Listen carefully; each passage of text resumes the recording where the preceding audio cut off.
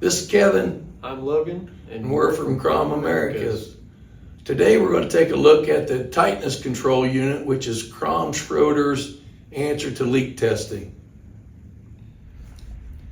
Here's a drawing we put together to kind of go over how the leak tester is going to work. So we've got our two valves here. The leak tester is going to be attached to the inlet and outlet of valve 1. It'll mount right to the face of it depending on the one you get. But for our purposes, this blue section here is the interstitial space. So your leak tester is going to reference the inlet pressure coming in and the interstitial space to decide which one of the testing procedures it's going to follow. There's two test procedures, and like I said, depending on the pressure there in the interstitial space is the program that it's going to take. So now we'll show you what that looks like. Here's our demo that we have set up here. Kevin is going to help me with the mechanical part of this because his voice is shot, as you can tell, but I am going to kind of talk through what's going on here. This first test is going to pass, so this is what it'll look like if everything has ran correctly, but quickly I'm going to go over why it will pick test A or test B. So if the interstitial pressure is greater than half of the inlet pressure, program A will start. If the interstitial pressure is less than half the inlet pressure, program B will start.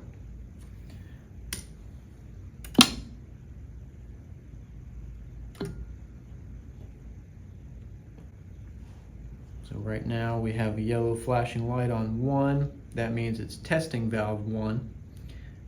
And it went green, which means it passed. If it failed, it would have turned red. So now we are moving on to valve 2.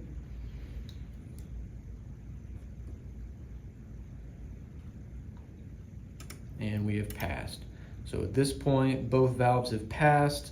The tightness control is going to forward the enable signal onto your flame safety to start up your normal procedure. So now we are going to reset this, take away the go signal. We're going to get our pressure back up to 5 pounds is what we're using for this example here. So in order to make this fail, we're going to create a leak by removing one of the plugs off of the second valve here. I took the first plug off of valve 2, which would be the interstitial space. So now we're going to start this up, and it's testing valve 1 first here. When it goes to open valve 1, it is going to drop all the pressure, so Kevin's going to have to pump that back up as soon as this valve closes, and that will cause it to fail.